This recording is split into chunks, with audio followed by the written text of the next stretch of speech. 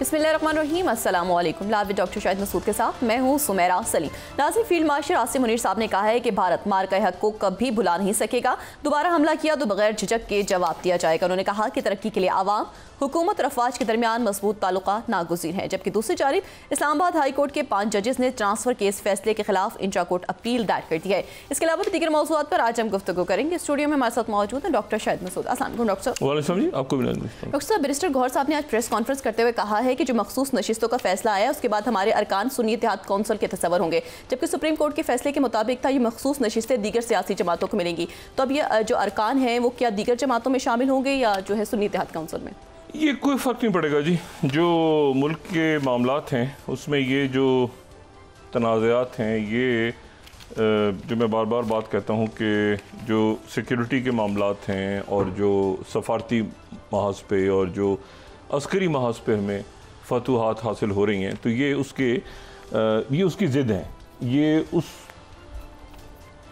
उसकी ज़िद हैं और ये सूरत हाल को बिगाड़ की तरफ लेके जा रहे हैं। और अंदरूनी जब तनाज़ात खड़े होते हैं और डिबेट, तो जो आप अस्करी महाज पे और सिक्योरिटी के इशूज़, और आज जो कराची में स्पीच हुई है आर्मी चीफ कि उसको आप ज़रा सुने तो उसमें 2-3 बातें बड़ी अहम। एक तो उन्होंने ये मैरीटाइम सिक्योरिटी के हवाले से, और ये मैरीटाइम सिक्योरिटी के हवाले से उन्होंने पूरी एक बात की। दूसरी बात ये है कि कश्मीर का जो इशू है वो बड़े अरसे के बाद जो है वो एक पाकिस्तान की फॉरेन पॉलिसी और पाकिस्तान की जो सिक्योरिटी और फॉरेन पॉलिसी की डॉक्ट्रिन जो भी है पाकिस्तान की, और जो कि बुनियाद है उसका कश्मीर, लेकिन उसको एक अरसे से लगता है कि नज़रअंदाज किया जा रहा था। लेकिन अब पाकिस्तान के अंदर दबाव है, पाकिस्तान के अंदर एक दबाव पैदा हुआ है हालिया चंद महीनों के अंदर, महीनों कह लें या सालों कह लें। और वो दबाव पाकिस्तान के अंदर ये पैदा हुआ है कि जी ग़ज़ा के मामले पे जो है वो पूरी दुनिया खड़ी हुई, पाकिस्तान ने भी स्टांस लिया, सब कुछ लिया। लेकिन क्या कश्मीर का जो मामला है, जो कि कायद आज़म मोहम्मद अली जिन्ना के बकौल हमारी शहर गया, और पाकिस्तान की जो खारजा पॉलिसी और पाकिस्तान की जो सिक्योरिटी पॉलिसी, वो कश्मीर के बगैर नामुकम्मल है। और ख़ुद पाकिस्तानियत भी कश्मीर जब तक हमारा हिस्सा नहीं बनता, तो वो पाकिस्तानियत भी नामुकम्मल है। तो अब सवाल ये है कि कश्मीर का मामला, और फिर ऐसी सूरत हाल में जहाँ पे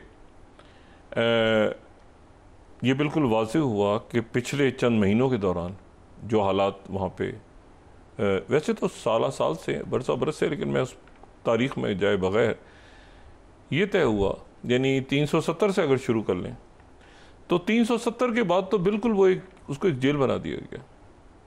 पहले भी जेल था, और कितनी हज़ार या लाखों से शायद बढ़ गई हैं वहाँ पे जिन्होंने कुर्बानियाँ दी हैं कश्मीर के लिए। तो कश्मीर का जो इशू है, मकबूजा कश्मीर का, वो एक बड़ा पाकिस्तान में इस वक्त जो है वो आप समझें कि दोबारा जन्म ले रहा है। और जन्म ले रहा है मतलब मौजूद तो हमेशा से, जन्म तो हमेशा ले चुका है, लेकिन वो जैसे कहते हैं ना कि बैकबर्नर में चला जाता है, वो फ्रंट पे आगे आ गया है बहुत ज़्यादा। और वो इस वजह से आ गया है कि जी तमाम दुनिया के जब इशूज़ रिज़ॉल्व हो रहे हैं, कहीं पे कुर्बानियाँ दे रहे हैं फ़लस्तीनी, कहीं पे मतलब बहुत कुछ हो रहा है। तो कश्मीर जब आता है जहन में, तो साथ ही जहन में ग़ज़ा इसलिए आता है कि इसराइलियों को घुसा के, इसराइल को कश्मीर में क्या दिलचस्पी पैदा हुई, इसराइल की टेक्नोलॉजी कश्मीरियों पे क्यों इस्तेमाल हुई। तो जो वहाँ पे ग़ज़ा के फ़लस्तीनियों के साथ इसराइल के मज़ालिम सामने आ रहे हैं, तो क्या वही मज़ालिम यहाँ पे आजमाए गए कश्मीरियों पे, या बाकी जो कौमियतें हैं या बाकी जो मज़ालिम RSS के लोग हैं?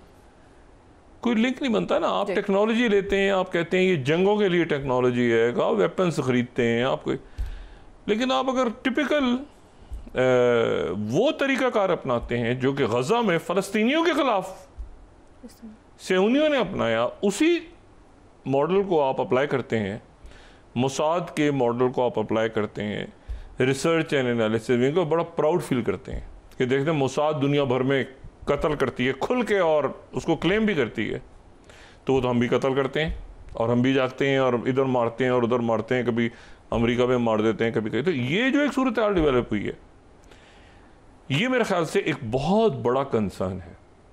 और ईरान में जो कुछ हुआ है, देखिए ईरान में जो कुछ हुआ है उसने पाकिस्तान में भी बड़े सवाल उठा दिए हैं। पाकिस्तान के मतलब आम लोगों के दिमाग में बड़े सवाल इस वक्त उठे हुए हैं, और वो ये उठे हुए हैं ईरान के वाक़े के बाद कि अगर वहाँ मोसाद इस तरह घुसी हुई थी कि उनके न्यूक्लियर एसेट्स, उनके साइंटिस्ट, उनके लोग, उनके अचानक बरस के बाद वो जो उनके स्लीपर सेल्स भी नहीं थे, वो उधर ही शादियाँ, उधर ही पैदा हुए हैं, उधर ही आए हुए हैं, उधर ही जना, और अचानक एक ख़ास मरले पे उन्होंने जाके उनके रेडार सिस्टम्स को, उनके मिसाइल प्रोग्राम्स को, उनके साइंटिस्ट, उनके रहनुमा, अचानक ख़ास वक्त पे उन्होंने सबको निशाना बनाया।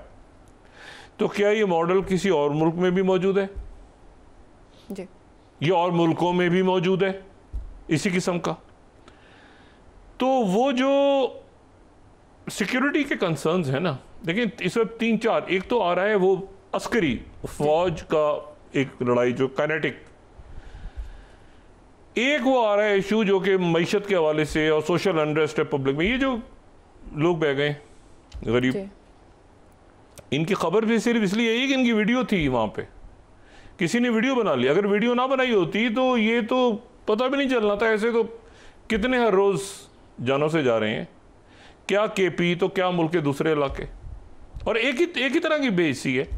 सबसे बड़ा अजाब किसी कौम पे, एक तो ये ना कि कोई आफत अजाब, बदतरीन अजाब जो है ना वो बेहिसी होता है कि लोग बेहिस हो जाएं कि यार छोड़ो ना, कितने मरे हैं यार, अच्छा वो 10 मरे हैं, ठीक है यार 10 मरे हैं बस ठीक है, अच्छा 12 मरे हैं, ये 12 मरे हैं यार, अच्छा 15, मतलब लोग नंबर्स के हिसाब से इंसानी जानों को गिने लग जाए। एक्सीडेंट हो गया था यार, अच्छा बड़ा एक्सीडेंट हुआ जी, बड़ा एक्सीडेंट हुआ, कितने मरे? 12 मरे, यार ये बड़ा तो ना हुआ ना। फिर अगर डिस्कशन शुरू हो जाए तो वो माशरा सबसे बड़े अजाब का शिकार होता है। अब ये जो कुछ हुआ है ये सिर्फ इसलिए उठा हुआ है क्योंकि वहाँ की वीडियो बन गई जी। और हो सकता है बाकी सारे छुट जाएं, वो वीडियो बनाने वाले को पकड़ लें। तो इशू ये, जब तक ये सोशल अनरेस्ट और उसके साथ जो देखें, एक तो होगी ना काइनेटिक में तो आप जीत गए, आपने गिरा दिए 6 जहाज उनके जी। और सफारती महाज पे भी आप आगे जा रहे हैं इस वक्त, अल्लाह का एहसान है। यानी आज वो ब्लूमबर्ग की रिपोर्ट आई है जी। उसमें वो डिफ़ॉल्ट से आप बिल्कुल हटके और बिल्कुल आप जो है वो बिल्कुल जो मईशत बड़े बड़े बुरानों का शिकार है, मगर आगे बढ़ रही है। मतलब मईशत जो है वो एक उसके जो आप समझे, लेकिन मईशत उस तक आगे बढ़ नहीं सकती अकाउंटेबिलिटी ना हो, ये बुनियाद है। मतलब लोग पैसा खाते जा रहे हैं, तो फिर वो फंड कहाँ जा रहा है, तो मतलब वो गड़बड़ हो रही है। और दरमियान में कहीं पर इसी में वो एसिमेट्रिक वॉरफेयर और जो आपका नॉन काइनेटिक खेल है जो कि ईरान में हुआ है, जो बाकी मुल्कों में हुआ है, सानिया जो पेश आया है ये, जिसमें लोग बह गए हैं पानी में, और केपी हुकूमत का पता ही नहीं, सर पैर ही नहीं।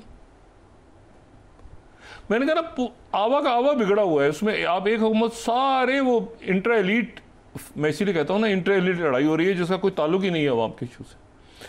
मसला वो कह रहे हैं वो हुकूमत है, जब वो सियासी पॉलिटिकल पॉइंट स्कोरिंग वो अच्छा नहीं, हमारे यहाँ नहीं हुआ, देखिए हमारे यहाँ तो लोग नहीं मरते, इनके यहाँ मरते हैं, इनके वो ये कोविड के दिनों में भी हो गया था। कोविड में मुझे याद है अच्छी तरह कि जी हमारे यहाँ तो बड़ा अच्छा इलाज हो रहा है, देखिए हमारे यहाँ तो वैक्सीन मिल गई सबको, उनके यहाँ वैक्सीन नहीं मिल रही। वो भाई कहीं तो आप रुके हैं किसी जगह। अब मसला ये है कि वो आवा का आवा बिगड़ा हुआ है, इस पार्टी से उस पार्टी से। मैं बार बार ये बात कहता हूँ कि मैं कोई पॉलिटिशियंस के अगेंस्ट बात नहीं कर रहा, लेकिन ये पॉलिटिशियंस हैं भी नहीं इसमें। ये कोई अजीब सा एक टोला जो पॉलिटिकल उसमें कभी इधर से उधर छलांग मार के जो लेबल लगा लेते हैं। टिकट बिकते हैं तो कौन सी पॉलिटिक्स, करोड़ों रुपए का तो टिकट बिकता है सेनेट का, करोड़ों रुपए का। एक साहब से मेरी मुलाकात हुई, वो 80 करोड़ रुपए की। बात ये कि करोड़ों रुपए टिकट बिकते हैं, वो सियासत के लिए आते हैं। बात यह है कि ये यहाँ पर वो जो मैं बात कहता हूँ ना कि मैनेजमेंट की ज़रूरत है, आपको मैनेजमेंट चाहिए। आप जो मर्जी आपको अच्छे लगें, आप उनके साथ इख्तलाफ करें, आप जो करें। नेमतुल्लाह खान जमात इस्लामी के कराची में मेयर, इत्तेफाकन बाइकआउट हुआ, वो मुंतखब हो गए। क्या कमाल शख्सियत थे वो, ऐसी शख्सियत एमके भी तारीफ करती थी उनकी, नेमतुल्लाह खान साहब की। और वो मतलब मुकम्मल तौर पे एक इतने नफीस नेमतुल्लाह खान साहब थे। एमक्यूएम, पीपल्स पार्टी, तमाम जमातें कहती थी कि ये नेमतुल्लाह खान साहब जो हैं ये, और अपनी उम्र के बावजूद और उनमें तवानाई आप देखिए उनके, अल्लाह ताला उनके दर्जा बुलंद करे। कमाल से बात ये सारी कि जब पैसा कमाना इशू होगा तो आप कैसे, कौन सी पॉलिटिक्स और कौन से नारे इधर से उधर, इधर से उधर, इधर से उधर, अच्छा अच्छा छलांग मार के उस पार्टी से उधर चले जाए, उधर चले। मैनेजमेंट का इशू अब ये जो आज डिस्कस हुआ है, ये कितना कितना इम्पोर्टेंट इशू है कि आपने आने वाले दिनों में, मुझे नहीं पता कि जाहिर है कि ये तो हमारे फ़ौज के लोग ही बताएंगे इसमें, लेकिन बज़ाहिर मुझे ऐसा लगता है कि शायद वो पूरा जो एक सिक्योरिटी का सिस्टम है ना दुनिया में, ये पूरा टेक्नोलॉजी के आने के बाद और एसिमेट्रिक वॉरफेयर के तरीके और आर्टिफिशियल इंटेलिजेंस, इमर्जिंग टेक्नोलॉजी, ये ड्रोन वॉरफेयर, ये ऑटोनमस ड्रोन्स कैसे हैं, ये ड्रोन स्वॉर्म्स कैसे बन रहे हैं, कैसे क्या, अब ये पूरे के पूरे सिस्टम्स ही दोबारा शायद जो है, एक तो उनकी अरसर नौ अपग्रेडेशन होगी, ये नहीं कि वो पहिए दूसरे लग जाएंगे, वो तो दूसरे जो टेक्नोलॉजी ही आगे जा रही है ना। अब इसके अंदर ये जनाब स्यापा पड़ा होता है हर वक्त, ये ना आप जो है वो गेन कर रहे हैं सफारती मास पे, हम ही लोग कर रहे हैं ना, कौन से बाहर से आए हुए लोग, हम ही लोग कर रहे हैं ना, जहां करना होता है हम कर जाते हैं बतौर कौम। सफारती मास पे हम गेन कर रहे हैं, हम अस्करी मास पे गेन कर रहे हैं, लेकिन सोशल अनरेस्ट जो है, अब मतलब बारिश भी हो रही है और पानी का छिड़काव भी साथ साथ चल रहा है, मतलब है कि इसको कहीं तो ये रोक के कहीं बैठ के आपस में, वो जो शाहिद खान अब्बासी साहब कहते हैं कि रूल्स ऑफ गेम सेट करें, अब सारे ही लोग कहते हैं कि भाई ये तो कोई सर पैर नहीं है ना, इस तरह तो नहीं। और देखिए बहुत एहतराम, एक तो 73 का आइन मुझे नहीं पता किधर है, वह भी किस शक्ल में है क्या है, मगर 73 का आइन जिन हमारे इंतहाई काबिल एहतराम हमारे जो सियासतदान थे उन्होंने बनाया था, लेकिन ये तो एक साने के बाद बना था ना, और वो जो साने के बहुत से जिम्मेदारान भी उसमें थे जो 73 का आइन बना था। तो बात यह है कि अब तो एक हालात ही दूसरे हैं ना, अभी इन हालात में तो ना सर पैर समझ में आता है, किससे पूछें क्या करें, वो भाई लोग उधर से वो देखें आप पानी के जो मनाजिर हैं, मतलब किससे जाके बंदा बात करे यार, ये कि भाई ये मसला जो आप हल करें ये इसको, और वहाँ पर फंड भी जा रहे होंगे, पता नहीं कितने अरसे से वहाँ पे जो है वो तरक्याती बजट भी बन रहे होंगे, ये भी बन रहा होगा, लोग खड़े हैं बह के पानी में।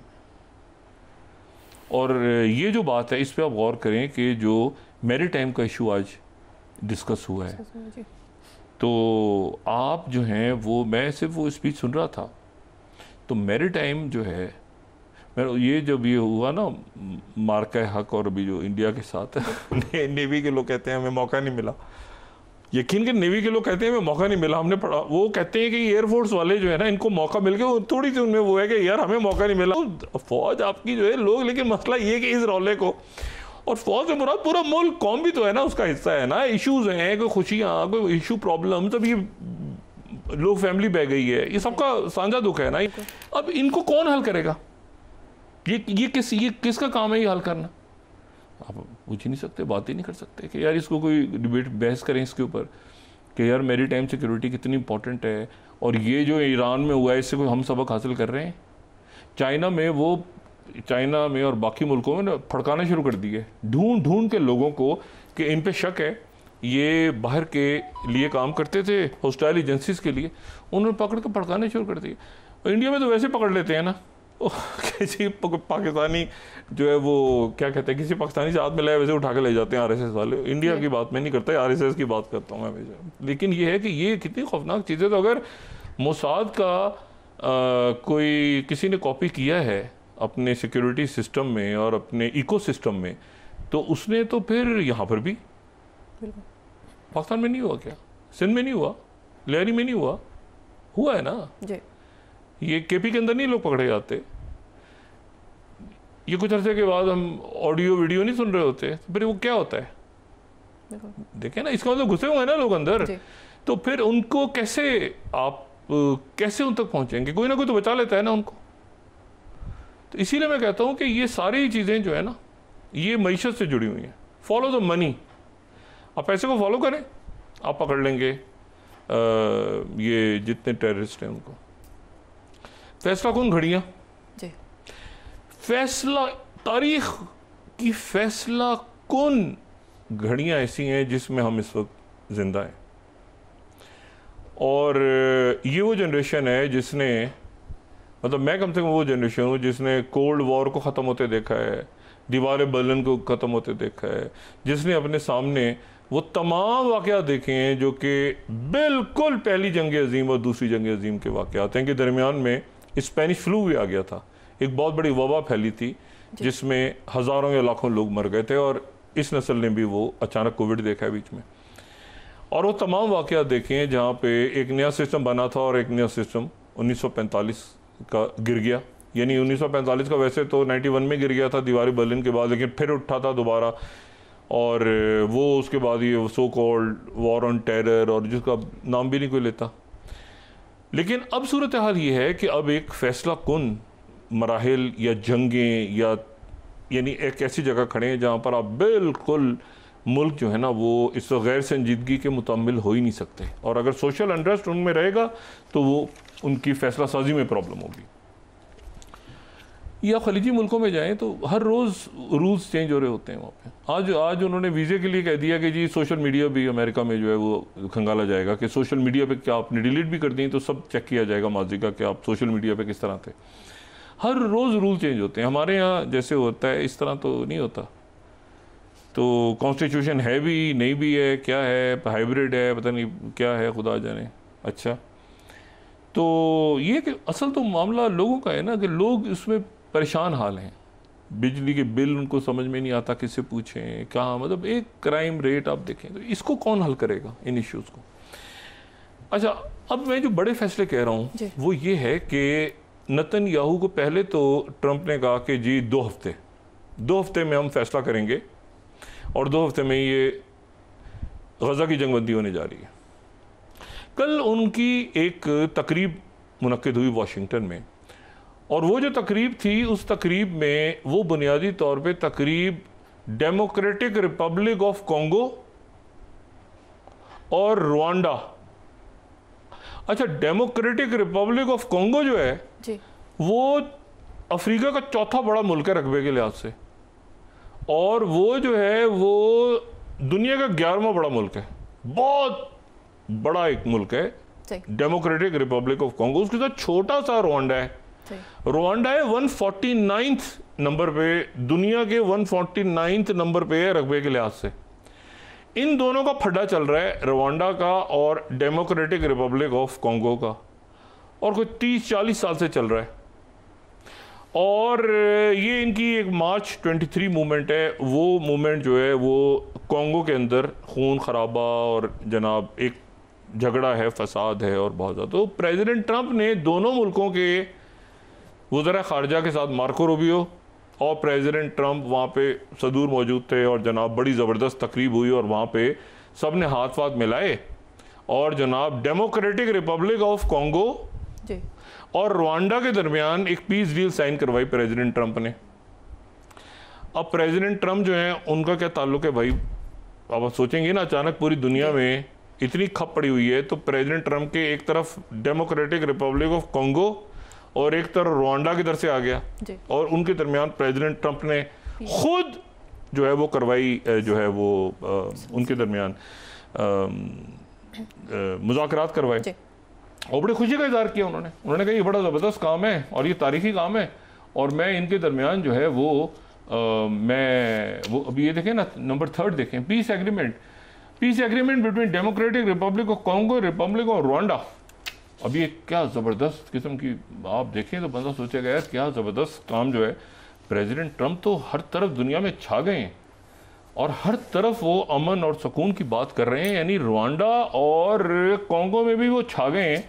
लेकिन मसला जो है वो ये है कि ये रवांडा और इसमें वो उनके आने की वजह जो है वो बड़ी इंटरेस्टिंग है कि भाई रवांडा में कहाँ से आ गए, प्रेसिडेंट ट्रंप को अचानक रवांडा क्यों याद आ गया।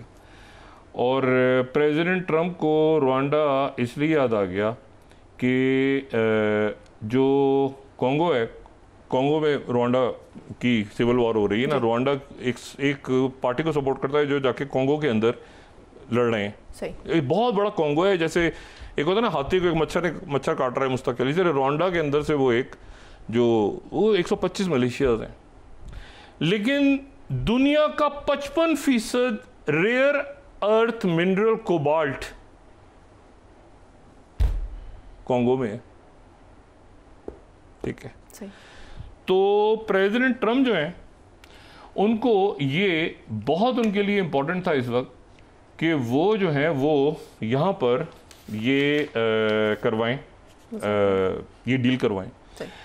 और अगर हम यहाँ पे वो मैप दिखा सकें तो हमें अंदाज़ा होगा कि जो कोबाल्ट है पूरी दुनिया का, वो कोबाल्ट मेरे ख्याल 55% कोबाल्ट जो है, 55%, अगर मैप हमारी टीम के पास हो, 55% कोबाल्ट जो है वो पैदा हो रहा है ये कॉन्गो में। और ये एप्पल को चाहिए, IBM को चाहिए, ये डेमोक्रेटिक रिपब्लिक ऑफ कॉन्गो में सबसे ज़्यादा कोबाल्ट पैदा हो रहा है। और ये BMW उसके लिए पीछे भाग रही है, डेल वाले पीछे भाग रहे हैं, सैमसंग वाले पीछे भाग रहे हैं, हुआवे वाले पीछे हैं, इसके 55% कोबाल्ट जो है वो वहाँ पे है। और लेकिन ये किसी प्रॉब्लम आ रही है, प्रॉब्लम ये आ रही है इसमें कि ये यहाँ पर कोबाल्ट की जो भी यहाँ पे फैक्ट्रीज हैं, प्रेसिडेंट ट्रंप ने तो करवा दिया। और प्रेसिडेंट ट्रंप की जो हेल्प है वो मसाद बॉलस उनके अफ्रीका के नुमाइंदा खसूसी हैं। जैसे स्टीव विटकॉफ है ना, आप समझ लें ये भी एक स्टीव विटकॉफ है। और मैं इनको इसलिए स्टीव विटकॉफ से शायद मैं ज़्यादा इनको इम्पोर्टेंस इसलिए दे रहा हूँ कि एक तो ये लेबनान के अरब हैं, ठीक है, और दूसरी बात ये है कि ये जो मसाद बॉलस हैं, मसाद बॉलस जो हैं ये माइकल बॉलस के वालिद हैं। माइकल बॉलस कौन है जी?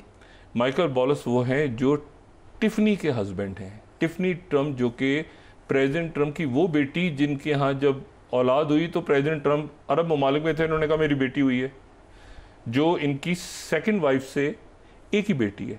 सही, ठीक है, यानी एक तो मेलिना ट्रंप से है बेटा, एक जो है वो एरिक जेरेड कशनर और एरिक, वो सारे, और जो टिफनी दरमियान में वो उनके जो हस्बैंड, यानी आप समझ लीजिए समझी हैं इनके जो अफ्रीका के जो मुशीर हैं, लेकिन वो सिर्फ अफ्रीका के नहीं है, वो चूंकि उनको ताल्लुक लेबनान से है, तो जितने सफ़ीर मशरिक़ वस्ता में आ रहे हैं मुख्तलिफ जगहों पे, उन सफ़ीरों की तैनाती में भी इनका बहुत इंपॉर्टेंट रोल है। ठीक है, और ये मसाद बॉलूस जो हैं ये अफ्रीका को भी हेड कर रहे हैं, अफ्रीका को देख रहे हैं, ट्रंप के मुशीर हैं, लेकिन साथ ही ये मशरिक़ वस्ता को भी देख रहे हैं, ये लेबनान को भी हैं, इधर लेकिन ज़रा बिलो द रेडार रहते हैं, क्योंकि ताल्लुक इनका ऐसा है कि ये बहुत ज़्यादा सामने नहीं आते। ये टिफनी जो हैं, टिफनी के ये ससुर हैं। अच्छा, अब मामला ये है कि उनकी मौजूदगी में ये हुआ, लेकिन प्रॉब्लम यहाँ ये आ गई है कि ये जो कॉन्गो के साथ डील हुई है, और तो कॉन्गो के साथ और रवांडा के साथ डील हुई है, तो कॉन्गो रवांडा दोनों के साथ ज़बरदस्त किस्म के ताल्लुकात हैं चाइना के, और चाइना पहले ही तय कर चुका है, मतलब चाइना बड़ा क्लोजली देख रहा है इस डील को। और रवांडा में तो रशिया मौजूद है, रवांडा में रशिया मौजूद है, तो प्रेसिडेंट ट्रंप ने डील तो कर ली है रेयर अर्थ मिनरल्स के लिए, कोबाल्ट के लिए, लेकिन ये मसाइल का हल नहीं है। अच्छा, जब उस डील से वो खिताब कर रहे थे, जब डील उन्होंने साइन की, तो उन्होंने कहा कि 2 हफ्ते नहीं, अगले चंद दिनों में, इसी हफ्ते में गजा की जंगबंदी होने जा रही है। अब जो यानी गजा की जंगबंदी का मतलब ये कि डॉन रैमर ने तो फौरन रवाना हो गया स्ट्रेटेजिक मिनिस्टर जो इसराइल का है, वो तो वाशिंगटन रवाना हो गया। इसका मतलब है नेतन्याहू की भी तलबी आ गई, और इसका मतलब है कि वो सारे अचानक जो 15 दिन की बात पर, कल तो उन्होंने 2 हफ्ते कहा था ना, 2 हफ्ते में होगी, आज वो कह रहे हैं इसी हफ्ते होगी, यानी अभी जो हफ्ता शुरू हो रहा है मंडे से, इसी हफ्ते में जंगबंदी हो जाएगी, ऐलान हो जाएगा। गालिब इम्कान आते हैं इस बात के। तो ये अचानक जो है, ये क्या कल भी मैंने बात की थी कि क्या नेतन्याहू और जो ज़ायनिस्ट हैं और सेहूनी जो हैं, क्या वो यहाँ पर से दोबारा यरूशलेम को कर लेते जाने देंगे अपने हाथ से? वक्फा लें, उसके बाद बात करते हैं। नाज़रीन वापस आते हैं एक छोटे से ब्रेक के बाद।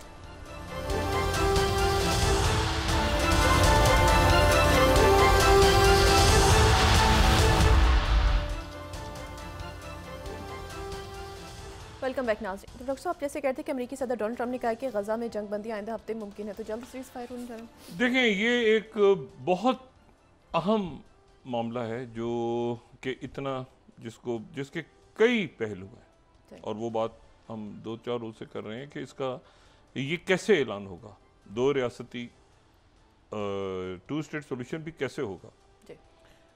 ये बात जो है, इसकी मैं थोड़ी सी इसमें बात ही बता दूँ, ये पेचीदा, ये बहुत बहुत पेचीदा मामला। पहले तो ये ज़हन में रखें कि यरूशलेम हज़रत दाऊद अलैहिस्सलाम के दौर में बना। हम पहले बहुत दफ़ा इसको डिस्कस कर चुके हैं। दाऊद अलैहिस्सलाम ने इसको एक इस तरह से, शहर को इस तरह से तामीर किया कि ये वॉल्ड सिटी है, यानी उसको वॉल्ड सिटी उसके तौर पे उस वक्त ही तामीर हुआ था। वॉल्ड सिटी मुराद जैसे लाहौर कहते हैं ना, तो उसी तरह से यरूशलेम के कहते हैं कि दीवारें हैं और दरवाजे होते थे और ये सारा, तो लाहौर के जैसे वॉल्ड सिटी है, यरूशलेम उस तरह तामीर हुआ। और ये इसको पानी इससे दूर रखा गया। शहर की तामीर के दौरान ख्याल रखा गया कि पानी दूर रहे, ताकि जब फौजें हमला करें तो उनके लिए पानी कम हो जाए, तो वो जाके दरिया उर्दन से या कहीं से मेडिटेरियन से वो इजिप्शियंस आएँ तो वहाँ से कहीं से पानी ढूंढते फिरें, पानी की उनको प्रॉब्लम हो जाए, और जो किले को, जो दीवारों को बंद किया जाए तो शहर महफूज हो। इसको ख़ास अंदाज में तामीर हुआ था।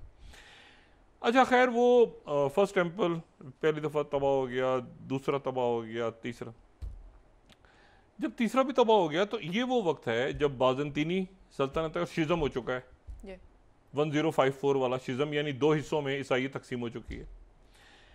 और पोप अर्बन कह रहे हैं कि जनाब ये चलो चलो, यानी जो कैथोलिक चर्च है वो कह रहा है कि चलो हमलावर हो जाओ यरूशलेम पे। ये आज तक जो कैथोलिक हिस्ट्री है या जो यूरोपियन हिस्ट्री है, उसमें ये सवालिया निशान है कि उन्होंने ये क्यों कहा लोगों से कि हमलावर हो जाओ यरूशलेम पे, उनको क्या दिलचस्पी थी यरूशलेम पे। तो उस वक्त ये हुआ कि वो चूँकि ऑर्थोडॉक्स अलग हो गए थे और खाना जंगी हो रही थी बहुत ज़्यादा, और उस वक्त जो है वो चूँकि बहुत ज़्यादा ईसाइयत जो है वो अपना एक ख़तरा महसूस कर रही थी। और ख़तरा वो महसूस कर रही थी क्योंकि जो मुसलमान, जिस तरह इस्लाम फैल रहा था, तो इस्लाम फैलता फैलता एक बराह रास्त चैलेंज बन रहा था रोमन सल्तनत के सामने। अब ये ज़हन में रखें कि इस्लाम फैल रहा था, तो इस्लाम के फैलने को और अरब फतूहात को ज़रा सेपरेट रखें। ये बात मैंने पहले भी की थी कि अरब फतूहात हो रही हैं, लेकिन वो अरब फतूहात जो हो रही हैं, उन अरब इलाकों में बहुत बड़ी तादाद में अपने आप को महफूज तस्वुर करते हैं यहूदी भी, अपने आप को महफूज तस्वुर करते हैं ईसाई भी, और बाकी जो मज़ाहिब के लोग हैं वो भी अपने आप को महफूज तस्वुर कर रहे हैं। तो अरब फतूहात हो रही हैं, जिसने मुसलमान होना है वो हो जाए, अगर नहीं होना तो जो भी कवानीन है वो, लेकिन वो रोमन सल्तनत के मुकाबले पे वो फैलता जा रहा है, अरब फतूहात होती जा रही हैं। तो एक तो वो वहाँ पे ये हुआ कि ये शिज़म हो गया, लेकिन इसकी वजह बड़ी डिस्प्यूटेड है, वो लंबी बहस में चले जाएंगे। इसको मुख्तसर मैं छेड़ना चाह रहा हूँ कि वो आखिर पोप को क्या चढ़ी कि उसने यरूशलेम पे हमला कर दिया। तो पोप ने ये कहा कि भाई यरूशलेम सब इकट्ठे हो जाओ।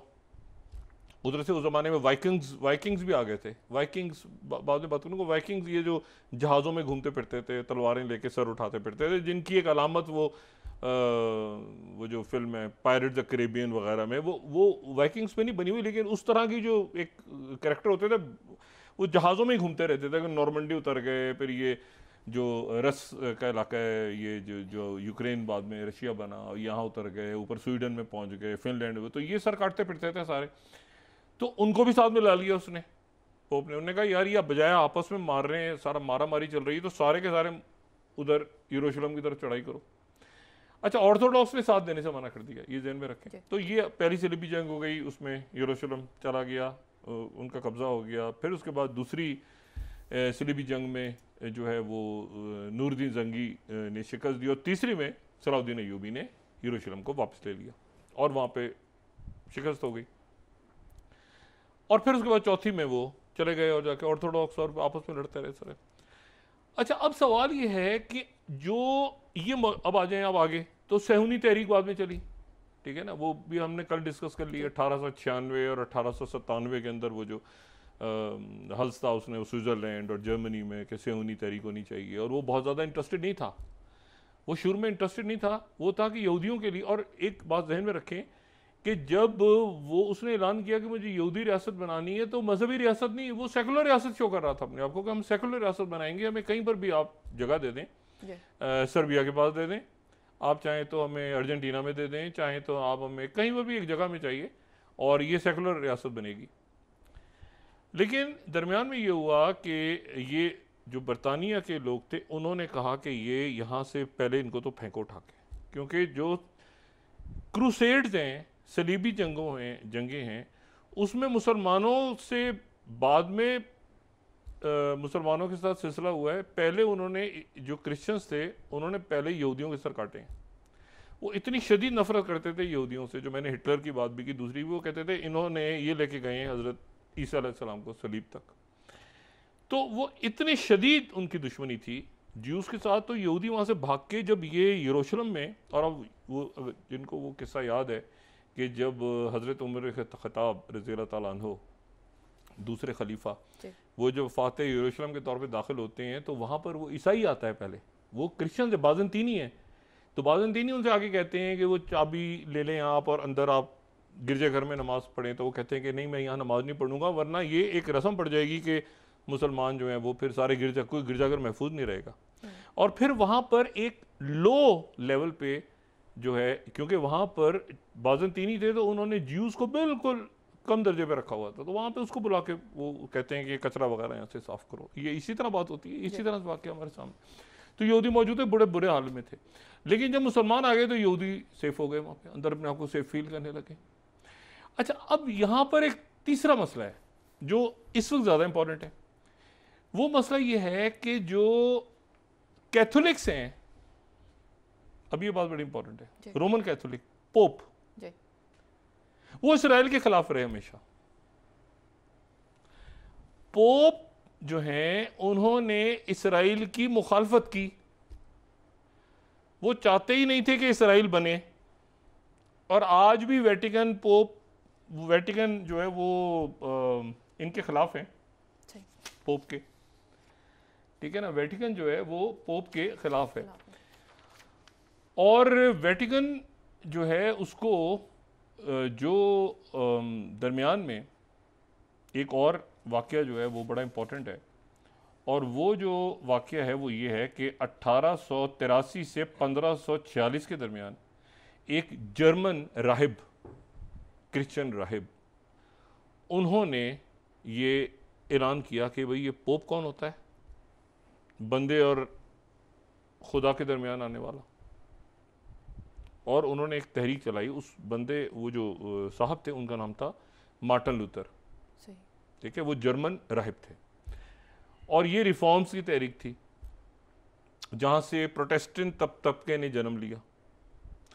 अच्छा, ये जो मार्टिन लूथर हैं, इनको दूसरे मार्टिन लूथर के साथ मिक्स ना करें। वो जो ह्यूमन राइट्स थी, जो मार्टिन लूथर किंग, जिनका मर्डर हुआ 68 में, वो मार्टिन लूथर किंग तो उनका सर नेम, मतलब फैमिली नेम था। ये दो मार्टिन लूथर हैं हिस्ट्री में। एक वो हैं जिन्होंने प्रोटेस्टेंट तबके की बुनियाद रखी थी, जर्मन थे वो। एक अमेरिकन थे, ब्लैक, जो ह्यूमन राइट्स के थे, वो मज़हब के थे, ये ह्यूमन राइट्स के थे। इनका मर्डर हो गया था। वो जो थे, उन्होंने जनाब वो जो है वो थीसिस 95 उन्होंने लिखा, और जनाब उन्होंने कहा कि ये पोप कौन होता है, पोप के इख्तियारात को उन्होंने चैलेंज कर दिया। वो जहाँ से सेकुलरिज्म निकला कि हर जगह पर मज़हब को नहीं होना चाहिए दरमियान में, और वो निकला। यहाँ बादशाह सलामत आए बरतानिया के, वो थे हेनरी हश्तम, और ये 1491 और 1547 के बीच में। तो उन्होंने पोप से पूछा कि जी मुझे दूसरी शादी करनी है, इजाज़त दी जाए। पोप ने कहा आपको तो इजाज़त नहीं है कैथोलिक मज़हब के मुताबिक। उन्होंने कहा अच्छा, फिर मैं ख़ुद पोप हूँ। तो वहाँ से चर्च ऑफ इंग्लैंड बन गया। तो बरतानिया के लोग, बरतानिया जो है उसमें चर्च ऑफ इंग्लैंड जो है, तो यानी आप इस तरह समझ लें कि जो आर्च बिशप हैं वो प्रोटेस्टेंट्स की नुमाइंदगी करते हैं, पोप जो है कैथोलिक्स की करते हैं, और जो पैतरे हैं वो उधर की करते हैं यानी ऑर्थोडॉक्स की। तो चर्च ऑफ इंग्लैंड बन गया आर्च बिशप। अच्छा, उन्होंने 6 शादियाँ की। फिर बहरहाल वो एक अलग मसला है, 4 की सुना है गर्दन उड़ा दी उन्होंने अपने बेगमात की। बहरहाल वो प्रोटेस्टेंट यूके, बरतानिया जो है वो कैथोलिक से प्रोटेस्टेंट हो गया। बरतानिया में कैथोलिक नहीं है, वेटिकन उधर है, यहाँ चर्च ऑफ इंग्लैंड है, ये अलग है वो अलग है, यहाँ आर्च बिशप है वहाँ पोप है, ठीक है। अब अमेरिका में क्या हुआ? अमेरिका 96% जो हैं वो प्रोटेस्टेंट्स हैं। वो प्रोटेस्टेंट्स हैं जो पोप को, अच्छा उन जो प्रोटेस्टेंट्स हैं यानी वो जो पोप को नहीं मानते, ये ध्यान में रखें। सिर्फ 2 प्रेसिडेंट्स हैं उनके आज तक जो कैथोलिक गुजरे हैं, एक कैनेडी और एक बाइडेन। बाकी सारे प्रोटेस्टेंट्स हैं, ठीक है। ये तो बात की, ये वो वेटिकन की ज़्यादा इज्जत नहीं देते, वेटिकन उनके नज़दीक बस ठीक है। और वो उनके अपने वो ज़्यादा चर्च ऑफ इंग्लैंड को भी नहीं मानते, उनके यहाँ वो मेथोडिस्ट और बैप्टिस्ट और वो, लेकिन है बुनियादी तौर पर प्रोटेस्टेंट सारे। उनके अंदर एक और शाख है जो इवेंजलिकल्स हैं, वो का 28% है। वो बहुत ज़्यादा सपोर्ट करते हैं रिपब्लिकन्स को। वो पोप को दज्जाल कहते हैं, एंटी क्राइस्ट। वो कहते हैं ये एंटी क्राइस्ट असल में ये पोप है जो वेटिकन में बैठा हुआ है। ये बड़ी एक अजीब मामला है। और वो ट्रम्प को कहते हैं ये तो चोजन वन यही है, इसी ने तो बनाना है, ये तो चोजन वन है। और ये उनमें जो इवेंजलिकल्स हैं वो ज़ायनिज़्म के करीब हैं। ये ज़रा कॉम्प्लेक्स हो गई ना बात।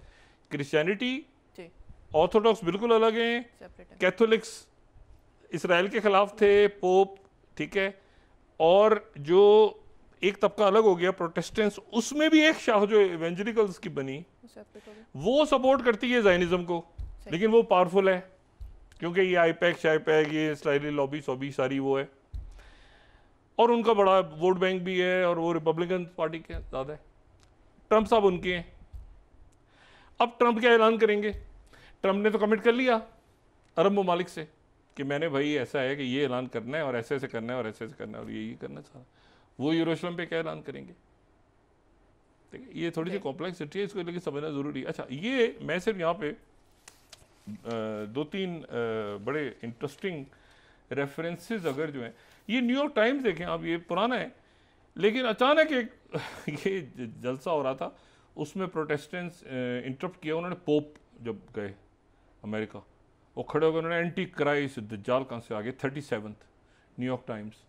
अच्छा, फिर उसके बाद ये मैं मेन स्ट्रीम उनके जो पेपर्स हैं उसे कोट कर रहा हूँ।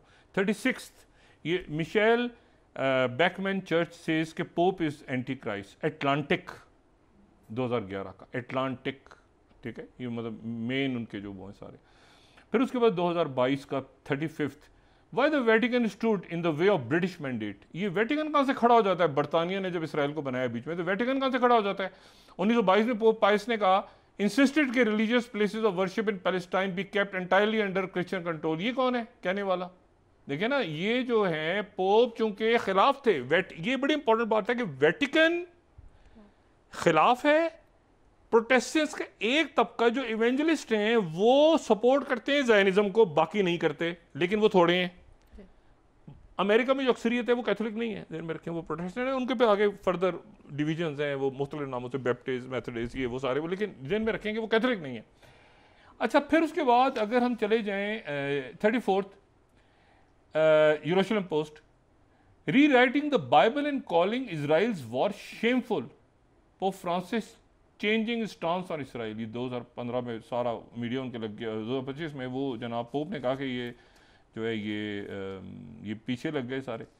अच्छा, उसके बाद जेरूशलम पोस्ट 2015 में pope Francis lining himself against Israel. अच्छा, वो इसराइल के अगेंस्ट, वो उन्होंने कहा कि भाई वेटिकन की पोजीशन इसराइल के बारे में बड़ी क्लियर है, वही है जो शुरू से है, मैंने कोई पोजीशन चेंज नहीं की, मैं वो बात कह रहा हूं जो, तो ये पोप, ये वेटिकन को पसंद नहीं करते, ये बात ध्यान में रखें। वेटिकन को ये पसंद नहीं करते, ये पसंद करते हैं इवेंजलिस्ट, और इवेंजलिस्ट एक खास तबका है जो कि प्रोटेस्टेंट्स का तबका है। अच्छा, उसके बाद जनाब आप आ जाएं ये 32 जूइश वर्चुअल लाइब्रेरी, ठीक है, वेटिकन इजराइल रिलेशन, जिन्हें पढ़ना उसको पढ़े। Vatican opposite Jewish home in Palestine, ये 1943 की ये इनकी डिटेल्स हैं, जिसमें वेटिकन ने एक तरह से आप समझ लें कि एलामिया जारी किया था कि हम इसराइल के खिलाफ हैं, और ये पैलेस्टाइन जो है इसको इंटरनेशनल सिटी बना दिया जाए, यरूशलेम, और इसको किसी तरह से यहूदियों के अंडर ना दिया जाए। ये वेटिकन का एलामिया है, यानी उनका स्टांस है जो आज तक है। तो वेटिकन जो है वो इसराइल के अगेंस्ट है, और आपने नहीं देखा होगा कि वेटिकन, वो आपने देखा वेटिकन जो है वो गजा के लिए आवाज़ें से आती रहती हैं, दो रियासती हल, ये वो इसराइल पसंद नहीं करता है। इसराइल पसंद करता है ये जो मौजूद है यहाँ पे जो अमेरिकन। अच्छा, यहाँ पर अब ट्रम्प बैठे, ट्रम्प ने वादा कर लिया कि मैं तो दो रियासती हल दूंगा, और यरूशलेम का ये जो वेस्ट बैंक है उसका कुछ हिस्से पे महदूद यहूदियों का कंट्रोल होगा। आज जनाब वहाँ नया फड्डा हो गया जो इससे पहले नहीं हुआ, ये भी बड़ा अनहोना फड्डा है। वो फड्डा ये हुआ है, अच्छा जिन्होंने वो देखना हो ना, चाइना वाली जो मैंने बात की थी, मैं उसका रेफरेंस दे दूँ, 15 स्लाइड देख लें। ये ग्लोबल टाइम्स ने कहा है कि US intervention in Congo deal highlights need for China to secure mineral corporation. ये 15 स्लाइड को पढ़ लें तो आपको आइडिया होगा कि कॉन्गो में, और जो मैंने अभी थोड़ी देर पहले बात की थी कि कॉन्गो में और रुवांडा के अंदर जो मामला है वो मिनरल्स का है, मिनरल्स का मामला है। और या फिर यह है कि टाइम्स को मैं सजेस्ट करूंगा, उसमें एक और आर्टिकल है, African war 7th African war bring over blood minerals in phones, तो इसको भी देख लें। तो यहाँ से भी आपको, ये भी अच्छा आर्टिकल है। और फिर उसके बाद जो है इसमें ये बताया हुआ है कि रुवांडा बैक्ड रेबल्स जो हैं वो वहाँ पे उनकी माइंस ले रहे हैं, और ये जो है ये ब्लड मिनरल्स चाहिए फ़ोन के लिए। New Yorker 8th just how badly does Donald Trump want access to critical minerals, ये 8th ये भी एक अच्छे 3 आर्टिकल्स ऐसे हैं जो मैं सजेस्ट करूंगा, जिसने डिटेल इसको देखनी हो कि ये सारा मिनरल्स का चक्कर है, ये फटा पड़ा हुआ है मिनरल्स का कॉन्गो में, और लेकिन चाइना इसमें और ये मौजूद। अच्छा, वापस आ जाएं अब ज़रा इस पे कि जो मैं कह रहा हूँ ना कि अजीब सी बात क्या हुई जी। अजीब सी बात ये हुई कि एक तो जनाब वो रॉन डेमर, उन्होंने कहा कल इसी मीटिंग में प्रेसिडेंट ट्रंप ने कहा कि मैं चंद दिनों में इसी हफ्ते में ऐलान करने जा रहा हूँ, इसी हफ्ते में। दूसरी बात एक बड़ी अजीब सी हुई, वो ये हुई कि इसराइली फौज ने आज ऐलान किया कि गजा में हमारा ऑपरेशन कामयाबी से हमकिनार हो गया है, जो हम चाहते थे वो गजा में हमने हासिल कर लिया, और ईरान के खिलाफ भी हमें फैसला कुन फतह हासिल हो गई है, इसराइली फौज का स्टांस आया। और दूसरा ये कि गजा में भी हमारा काम जितना हमने करना था, हमास का अब नामो निशान नहीं है, और हम जीत चुके हैं, और ऐलान फतह कर दिया है फौज ने। ये फौज को किसने इशारा किया है? ये नेतन्याहू तो नहीं कह रहे, फौज ने कह दिया है कि बस अब तैयार हैं, यानी सीज फायर की तरफ बढ़ो।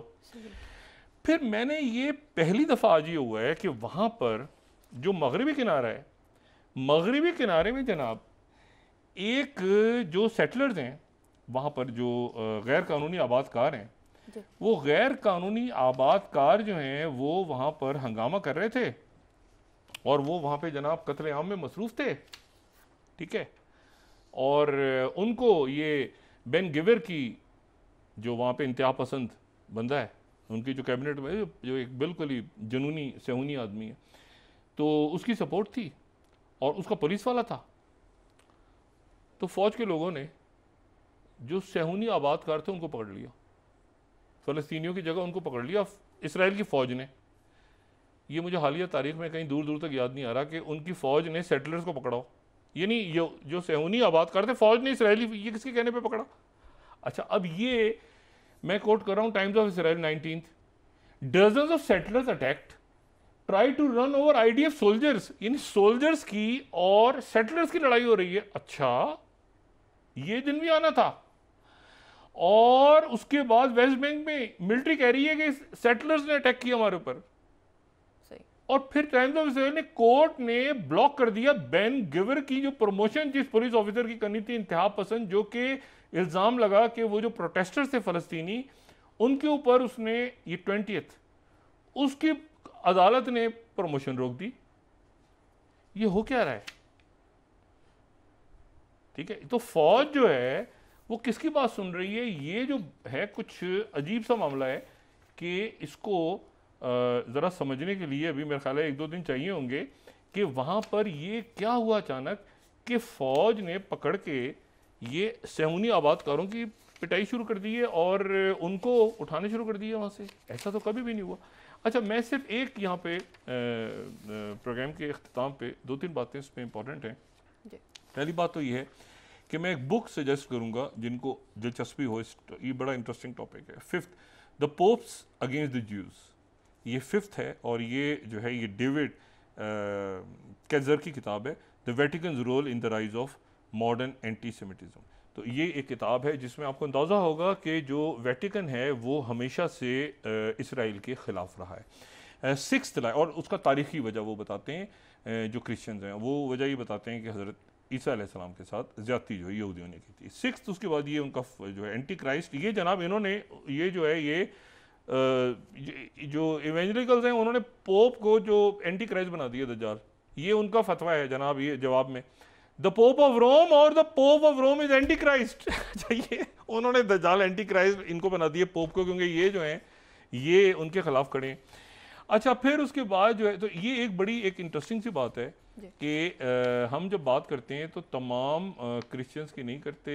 क्रिश्चियंस के अंदर 3 ग्रुप्स हैं, 3 ग्रुप्स में से एक ग्रुप के अंदर एक और ग्रुप है, वो ग्रुप जो है वो ज़ायनिज़्म के साथ है। बाकी जो ग्रुप्स हैं उनको किसी किस्म का कोई इंटरेस्ट नहीं है सहूनियों के साथ। वेटिकन का स्टांस, ये बड़ी इंपॉर्टेंट बात है कि वेटिकन का स्टांस जो है वो यहाँ पे इसराइली रियासत के ख़िलाफ़ है। ऑर्थोडॉक्स जो है उनका भी यही स्टांस है, बल्कि वो तो आए नहीं थे इसमें, क्रूसेड में ऑर्थोडॉक्स तो थे ही नहीं। तो ये अब देखना ये है कि प्रेसिडेंट ट्रम्प जो हैं वो अब क्या ऐलान करते हैं। और ये सेटलर्स की जो फेंटी लगनी शुरू हो गई है अचानक फ़ौज की तरफ से, ये कैसे हो गई? और फ़ौज ने कैसे कह दिया कि गज़ा के अंदर हमास ख़त्म हो गई है, तो फिर जलावतन कौन से लोग होंगे हमास के, और ये धमाके कौन से हो रहे हैं? परसों 7 बंदे किसने मारे हैं? तो बड़े इंटरेस्टिंग दिन आ रहे हैं। और ये तारीखी वाक़यात हैं कि प्रेसिडेंट ट्रम्प वेटिकन की सुनते हैं, मुसलमानों के साथ जो कमिट किया उन्होंने उसकी सुनते हैं, या वो अपने जो बेस उनका है जो उनको एक, लेकिन वो इतना एक आईपैक लॉबी है लेकिन कमज़ोर हो गई है इसके बाद ना, ईरान वाले वाक़े के बाद पिटाई विटाई हुई है तो वो काफ़ी कमज़ोर। और वो नेतन्याहू की अब देखें ना कोर्ट और सिस्टम उनका, तो ये आने वाले दिनों में बड़ी क्लैरिटी आएगी। लेकिन ये तारीख साज दिन है और हर कौम को, हर मुल्क को इस वक्त जो है अपना सोशल अनरेस्ट उस पर काबू पाना चाहिए। जी, बहुत शुक्रिया डॉक्टर साहब। नाज़रीन, के साथ ही आज का प्रोग्राम अपने इख्तिताम को पहुंचा। मुझे सुमेरा सलीम को इजाज़त दीजिए। अल्लाह ने के बाद जी डॉक्टर साहब, अपने दोस्तों रिश्तेदारों को दुआ के लूँगा, सब ख्याल रखिएगा। अल्लाह हाफ़िज़।